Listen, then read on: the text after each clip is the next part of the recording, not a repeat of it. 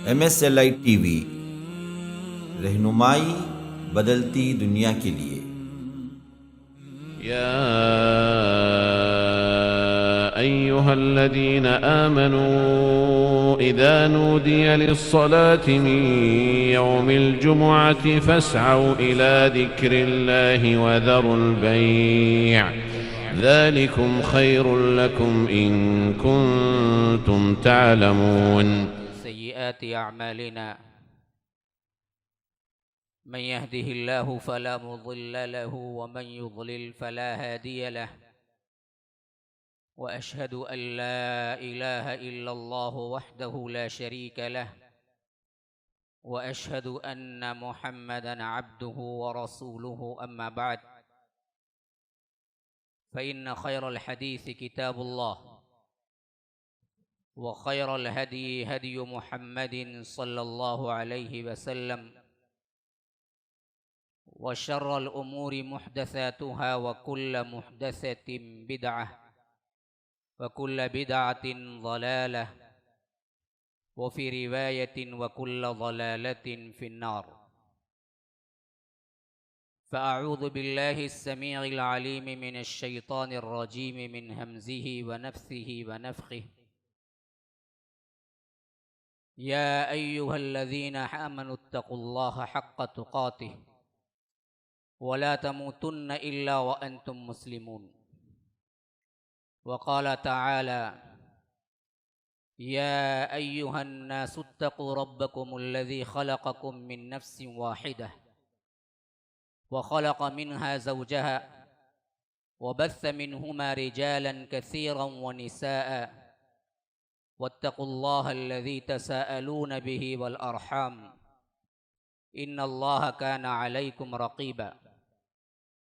वक़ाल अय्ज़न या अय्युहल्लज़ीना आमनुत्तक़ुल्लाहा वक़ूलू क़ौलन सदीदा युस्लिह लकुम अअमालकुम व यग़फ़िर लकुम ज़ुनूबकुम व मन युतिइल्लाहा व रसूलहु फ़क़द फ़ाज़ फ़ौज़न अज़ीमा। अल्लाहुम्मा अरिनल हक़्क़ हक़्क़न वरज़ुक़ना इत्तिबाअह व अरिनल बातिल बातिलन वरज़ुक़ना इज्तिनाबह। अल्लाहुम्मा अल्लिमना मा यनफ़अुना वन्फ़अना बिमा अल्लमतना वरज़ुक़ना इल्मा। रब्बि इश्रह ली सदरी व यस्सिर ली अमरी वहलुल उक़दतम मिन लिसानी यफ़क़हू क़ौली। उस अल्लाह के नाम से इब्तिदा जिसके नामों की कोई इंतहा ही नहीं। वलौ अन्नमा फ़िल अर्ज़ि मिन शजरतिन अक़लाम वल बहरु यमुद्दुहु मिन बअदिही सबअतु अबहुरिम मा नफ़िदत कलिमातुल्लाह। उस ज़ात अक़दस पर करोड़ों दरूद व सलाम हो जो तमाम जहानों के लिए रहमतुल लिल आलमीन बन के आए थे। अल्लाहुम्मा सल्लि अला मुहम्मद व अला आलि मुहम्मद कमा सल्लैता अला इब्राहीम व अला आलि इब्राहीम इन्नका हमीदुम मजीद व बारिक अला मुहम्मद व अला आलि मुहम्मद कमा बारकता अला इब्राहीम व अला आलि इब्राहीम इन्नका हमीदुम मजीद। अल्लाह तबारक व तआला ने इस दुनिया में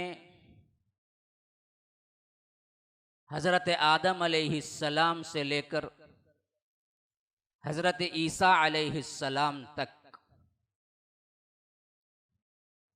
तकरीबन एक रिवायत का सहारा लिया जाए तो 313 रसूल और 1,24,000 या 25,000 अंबिया कराम को भेजा। इन सब का वाहिद मकसद ये था कि दुनिया के अंदर जो जिंदगी रब्बुल आलमीन ने अता की है और उनको जिन मसाइल से दरपेश उनको मसाइल होंगे या जिन जिन आदात या अतवार से उनको गुजरना होगा, रब्बुल आलमीन की रिज़ा के अंदर वो ज़िंदगी कैसे गुजारें, दुनिया में कामयाब कैसे हों और आखिरत में भी कामयाब कैसे हों। फिर इसके बाद रब्बुल आलमीन ने हजरत ईसा के बाद एक ऐसा वक्फा छोड़ा जिसमें अंबिया कराम किसी इलाके में नहीं आए, कहीं भी नहीं आए, और मुद्दत भी मुख्तसर नहीं है। यूं समझ लीजिए कि तकरीबन 500 से ऊपर ही कुछ साल बनेंगे, लेकिन 500 से कम नहीं है। जैसा कि अल्लाह के रसूल सल्लल्लाहु अलैहि वसल्लम की पैदाइश अगर 570 भी रख लिया जाए बाज़ रिवायतों के मुताबिक, तो अल्लाह के रसूल सल्लल्लाहु अलैहि वसल्लम को नबूवत मिली 610 ईस्वी की। हजरत ईसा की पैदाइश के बाद 610, तो घट बनते हैं 600 साल का ऐसा अरसा जिसमें कोई नबी नहीं आया, कहीं भी कोई नबी नहीं आया। पूरी दुनिया के अंदर कोई मुस्लिह अल्लाह की तरफ से नहीं आया, ना नबी ना रसूल। हाँ, जिसे फतरा कहते हैं, फतरे का जमाना, यानी वो जमाना जिसमें कोई डराने वाला नहीं आया। इस जमाने में पूरी दुनिया अंधेरियों के अंदर पहुंच चुकी थी। जुल्म जोर की वो दास्तान है जिसको अगर हम बयान करेंगे तो खत्म होने वाली नहीं है। खाह वो इससे पहले के यहूदी थे या ईसाई थे या कोई और मजहब था, सब के सब गुमराह हो चुके थे। सिवाय मादूद चंद के कोई भी अल्लाह तबारक व तआला की इबादत पर कायम नहीं था। जैसा कि अल्लाह के रसूल सल्लल्लाहु अलैहि वसल्लम ने खुद फरमाया कि जब मुझे नबूवत देकर अल्लाह तबारक व तआला ने मुंतखब किया तो उस वक्त दुनिया पे नजर डाली तो मादूद चंद के सिवा अल्लाह सब पे नाराज था। कोई अपने दीन पे बाकी नहीं था। कोई अल्लाह तबारक व तआला ने जिन अंबिया के जरिए उन्हें इनामात दिया था, जो आइडियल नमूना दिया था, उस पे बाकी नहीं था। यहां तक कि मोहम्मद रसूलुल्लाह सल्लल्लाहु अलैहि वसल्लम आ गए, तकरीबन 600 साल का अरसा। तो यूं समझ लीजिए कि ये 600 साल के अरसे के बाद कुल रेमेडी, मुकम्मल तुम्हारे मसाइल का हल और दुनिया और जिंदगी के अंदर कामयाबी, खा वो आखिरत की हो दुनिया की हो, इसका एक ही नमूना था, वो जनाब मोहम्मद रसूलुल्लाह सल्लल्लाहु अलैहि वसल्लम। फिर इसके बाद क़यामत तक के लिए ये दरवाजा बंद कर दिया गया। अब जरा सोचने की बात है, हजरत ईसा के बाद 600 साल मुकम्मल बंद, कोई नबी कहीं नहीं आया। यासीन वल कुरआनिल हकीम इन्नका लमिनल मुरसलीन अला सिरातिम मुस्तकीम तंजीलल अजीजिर रहीम लितुनज़िरा कौमम मा उनज़िरा आबाउहुम वहुम गाफिलून। ये वो कौम है जिसको डराने वाला कोई नहीं आया था इससे पहले। हाँ, तो एक 600 साल का अरसा, फिर इसके बाद मुकम्मल तौर पर तुम्हारी जिंदगी के हर एक मसले का हल देकर, खा वो दुनिया का हो खा वो आखिरत का हो, एक नबी को जनाब मोहम्मद रसूलुल्लाह सल्लल्लाहु अलैहि वसल्लम को खातमुन नबीयीन बनाकर भेजा। फिर क़यामत तक के लिए दरवाजा बंद।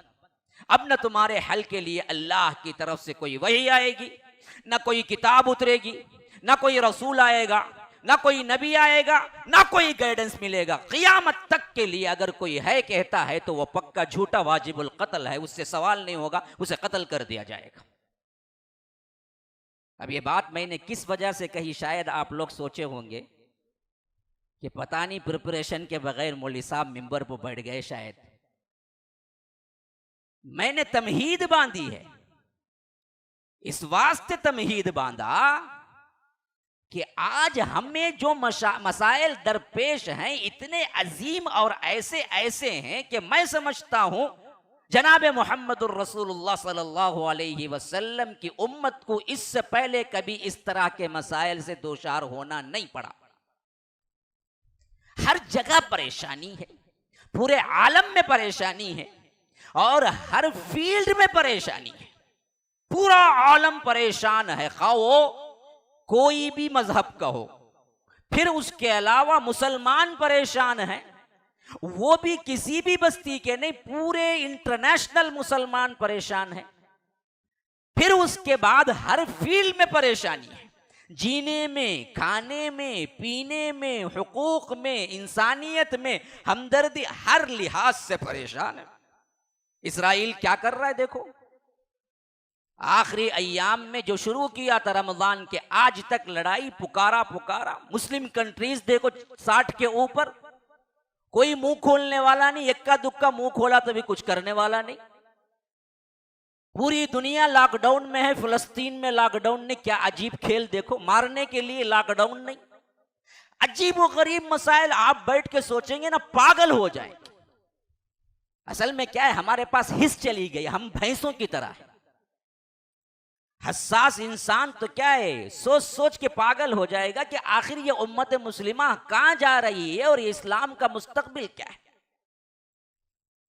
हाँ, बेहिसी की नींद सोने वालों को कोई फर्क नहीं पड़ता कि व्हाट्सएप के इधर उधर के चंद मैसेज भेज लिए, दिन गुजारा, रात गुजर गई, सो गए, खा लिया पी लिया, वरना तो क्या है खाना भी नहीं लगेगा जिस्मों को। इस हद तक परेशानी का माहौल है,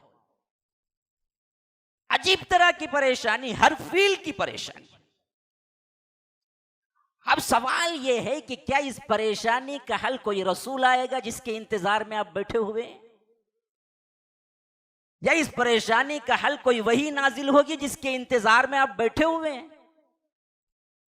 या इस परेशानी का हल में कोई किताब उतरेगी जिसके इंतजार में अल्लाह अल्लाह खैर सल्ला जिंदगी गुजार रहे हैं।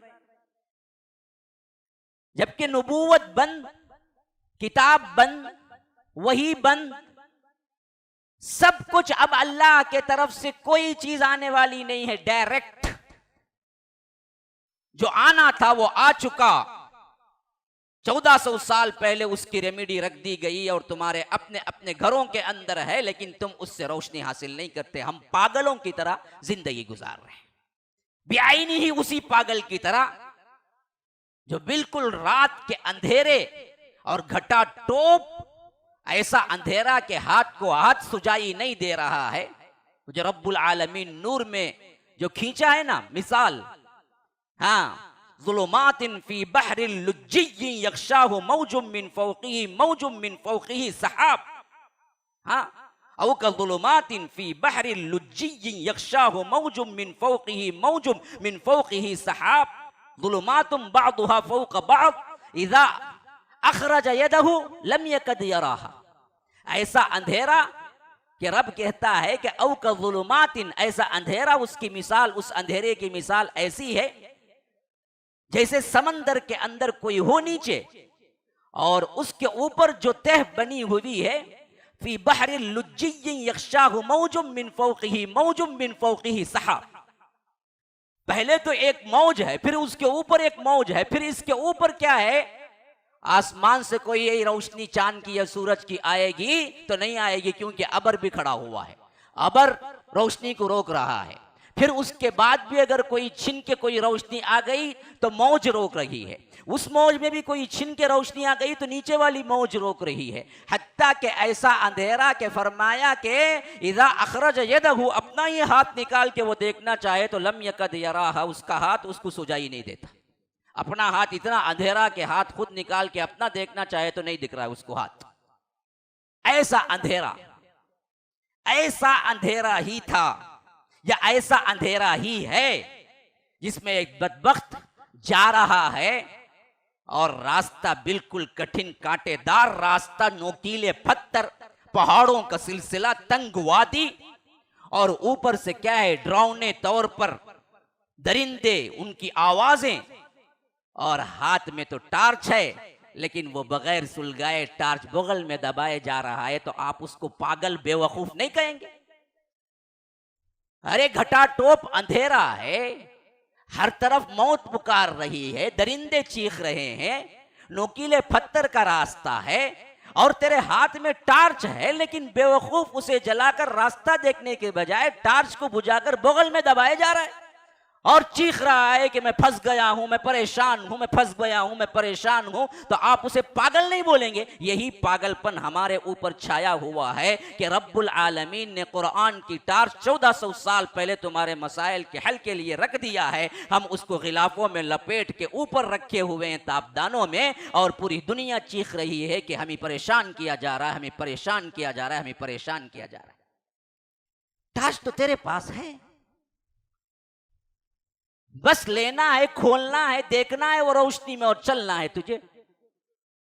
और हम कहते हैं कि नहीं जी, हमको तो पता ही नहीं है हमारे पास टार्च है। यही हालत आज मुसलमानों की है मेरे भाइयों, इसी वास्ते मैंने ये तमहीद बांधा था, गौर करने का मुकाम। तो असल में जितने मसाइल हैं ना जी, जिस नौ की भी मसाइल हैं, उन तमाम किस्म के मसाइल का हल तुम्हारे अपने घरों में मौजूद किताबुल्लाह में है, लेकिन तुमने कभी उससे जाना ही नहीं कि पूछो कि उन मसाइल का हल हम कहाँ से निकालें। लक़द अंज़लना इलैकुम किताबन फ़ीही ज़िक्रुकुम अफ़ला ताक़िलून। तुम्हारा जिक्र तुम्हारे ये अंदर अल्लाह तबारक व तआला ने किताब के अंदर रख दिया है। बदबख्तो, पढ़ते क्यों नहीं हो, समझते क्यों नहीं हो, इसमें से मसाइल निकालते क्यों नहीं हो? क्या तुम्हें अकल नहीं है? तुम्हारा ही तो जिक्र रब ने रखा है, किसी दूसरे का तो जिक्र नहीं है ना जी। कुरान का मौजू तो इंसान है। आज दरअसल इसी को छोड़ने की पादाश में हमने क्या किया, इस बदतरीन हालत पर पहुंचे हुए हैं जो हर तरह से हमें निस्तो नाबूद कर दी है। कौन से मसाइल पे गुफ्तगू करूं, बिल्कुल क्या है, दिमाग अजीब सोच का आमज का बना हुआ है कि आपको मैं दूं तो क्या दूं, किस मसले पे गुफ्तगू करूं, किस मसले पर आपको बताऊं। याद रखिए, ये वो जमाना है जिसके अंदर आपके पास मसाइल का हल मौजूद 1400 साल पहले रब्बुल आलमीन ने आपको दे दिया, लेकिन दरअसल हमने उसको, इन मसाइल का हल जाना ही नहीं है। और हम अभी भी वैसी ही जिंदगी गुजार रहे हैं जैसे हम इससे पहले जब आराम से गुजारते थे, उस वक्त भी यही ख्याल था जिस तरह आज हम बैठे हुए हैं कि हमारे पास इसके वास्ते तैयारी करने की कोई पोजीशन नजर नहीं आती। मुसलमानों, हालात दिगरगू, 1.5 साल के ऊपर का जमाना गुजर गया जिनमें क्या है, बीमारियों का एक नया सिलसिला चला चला चला ऐसे है कि खत्म होने की कोई जरूरत कोई महसूस ही नहीं कर रहा है, कोई सूरत नजर नहीं आ रही है। और उसके अलावा इंटरनेशनल मसाइल पर आप जरा नजर दौड़ाएं, हमको कोई पूछने वाला भी नहीं है, हमारे मसाइल पर कोई बोलने वाला भी नहीं है, हमारे मसाइल पर कोई हल पेश करने वाला भी नहीं है। और इजराइल ने जो कुछ भी आज पूरी दुनिया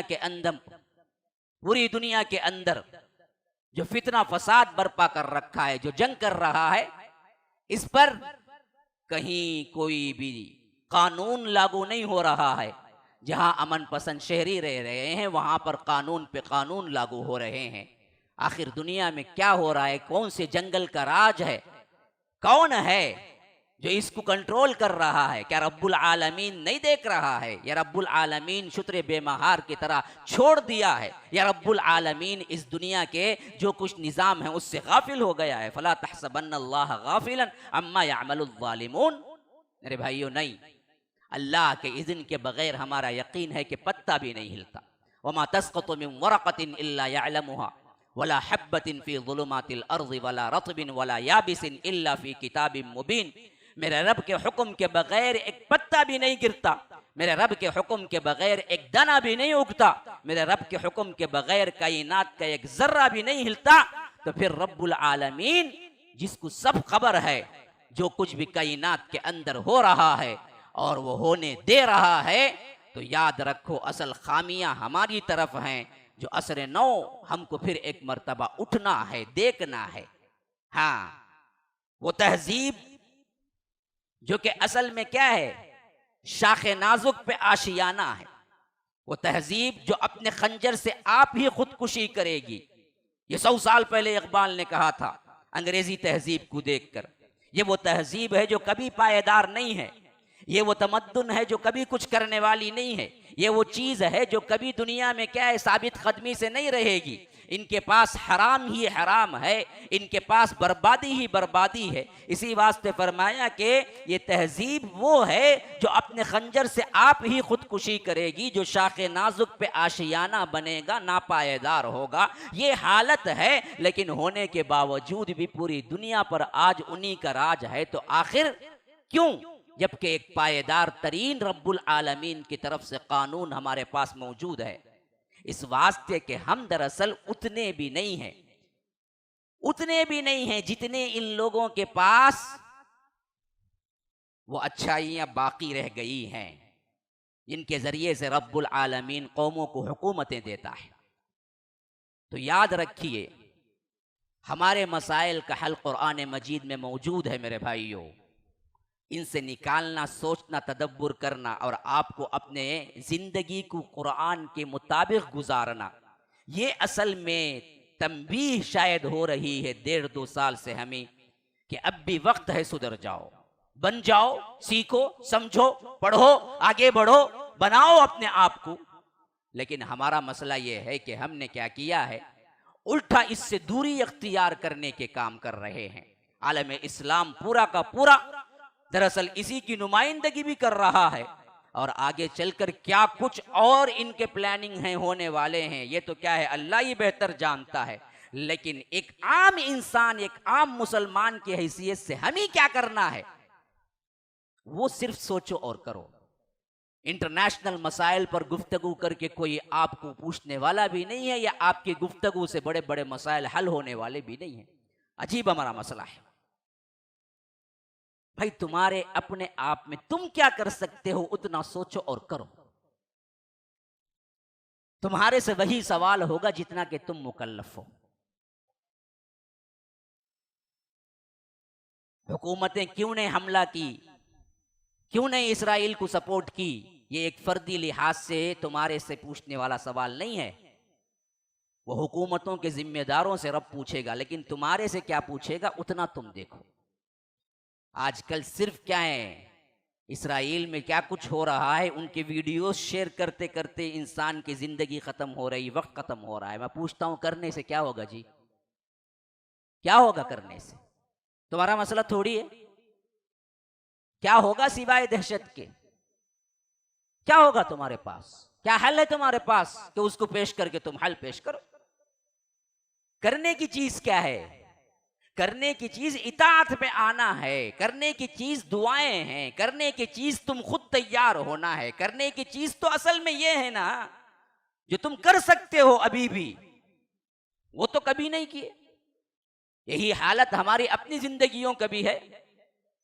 आज क्या है, इंसानियत तड़प रही है, मौत के शिकंजे में लोग जा रहे हैं, मसाइल पर मसाइल हैं, खाने पीने के लिए खाने नहीं हैं, खाने पीने के लिए पैसे नहीं है, परेशानी है। उनके हल के एतबार से तुम क्या कर सकते हो उतना करो। हर एक को उसी से सवाल होगा जितना का वो उसका मुकल्लफ है, उससे वो नहीं सवाल होगा जिसका वो मुकल्लफ नहीं है। जिसका मुकल्लफ है उसका सवाल जरूर होगा। जितना आपको कर सकते हैं उन मसाइल पे गुफ्तगू करके आगे बढ़ो और अपने आप को कुरान और सुन्नत से करीब करो। ये वो मौके हैं जिसमें अगर आपको मिला है वक्त तो कुरान नहीं आता तो कुरान सीखो, मुताले का शौक नहीं है तो मुताला करो, किताबें पढ़ने का शौक नहीं है तो किताबें पढ़ो। बेकार वक्त जो मिला है फिर आगे चलकर पता नहीं कि वो वक्त फिर मिलता भी है या नहीं, इससे पहले कि तुम्हें मौत आ जाए, इससे पहले कि कोई और वबा का शिकार हो जाए। अभी मैं पढ़ रहा था कि बेआईनी ही जिस तरह अब 2021 में हो रहा है, इससे ज्यादा अगर आप हमको देखेंगे माजी के अंदर 2019 या 20 में जैसे शुरू किया गया, 1919 में भी क्या है इसी तरह की एक आई थी वबा, जिसमें लिखा जाता है कि 10 करोड़ से ज्यादा एक ही वक्त में लोग मरे, 10 करोड़ से ज्यादा। और उसको भी क्या है वबा ही का नाम दिया गया।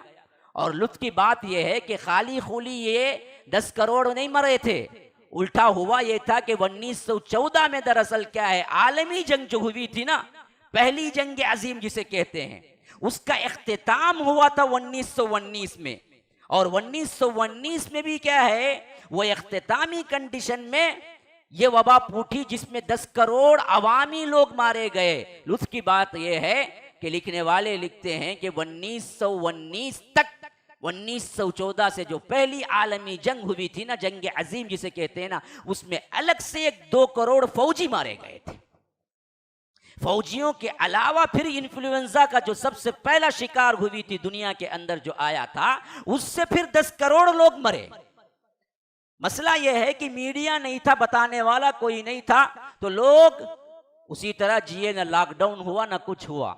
ये सब बहुत बड़ा गेम और खेल है। जो कुछ भी हो रहा है हमें दुआओं के ऊपर मुकम्मल भरोसा करते हुए जिंदगी गुजारना है। ये वबाएं आज ही नहीं आई, पहले भी बहुत आई थी। और इसी तरह का एक खेल फिर आपको मालूम होना चाहिए, एक मरतबा नहीं दूसरी मरतबा फिर 1909 में दूसरी आलमी जंग शुरू हुई, जो 1945 पे खत्म हुई, 45 में। उसमें भी दरअसल तकरीबन क्या है 2.5 करोड़ लोग मारे गए फौजी और इसके अलावा 10 करोड़ से ज्यादा आम लोग मरे। और उसी में हिरोशिमा नागासाकी क्या है, बर्बाद होकर रह गया, जहां न्यूक्लियर वेपन दुनिया में पहली मर्तबा इस्तेमाल किया अमेरिका ने जापान के ऊपर, और उसकी 2 बस्तियां हिरोशिमा और नागासाकी पे उसने डाला, जिससे बर्बादी जो हुई ना, आगे चलकर तकरीबन 50 साल तक वो माजूर बच्चे पैदा करते रहे। उनकी नस्लों पर क़यामत तक के लिए उनके नस्लों पर क्या है उसका असर पड़ता रहा। ये हो चुका है और उसे अमेरिका ने किया है। हाँ, पहला न्यूक्लियर, इसके बाद बनाया गया, इस्तेमाल नहीं हुआ। न्यूक्लियर अब भी बना रहे हैं लोग, इस्तेमाल नहीं हुआ। दुनिया में पहली मर्तबा जापान में इस्तेमाल हुआ दूसरी आलमी जंग में, और उसी वक्त दुनिया ने देख लिया, जबकि वो अभी कमजोर पहला पहल बना था। आज अगर कोई डाल देना पता नहीं क्या होगा।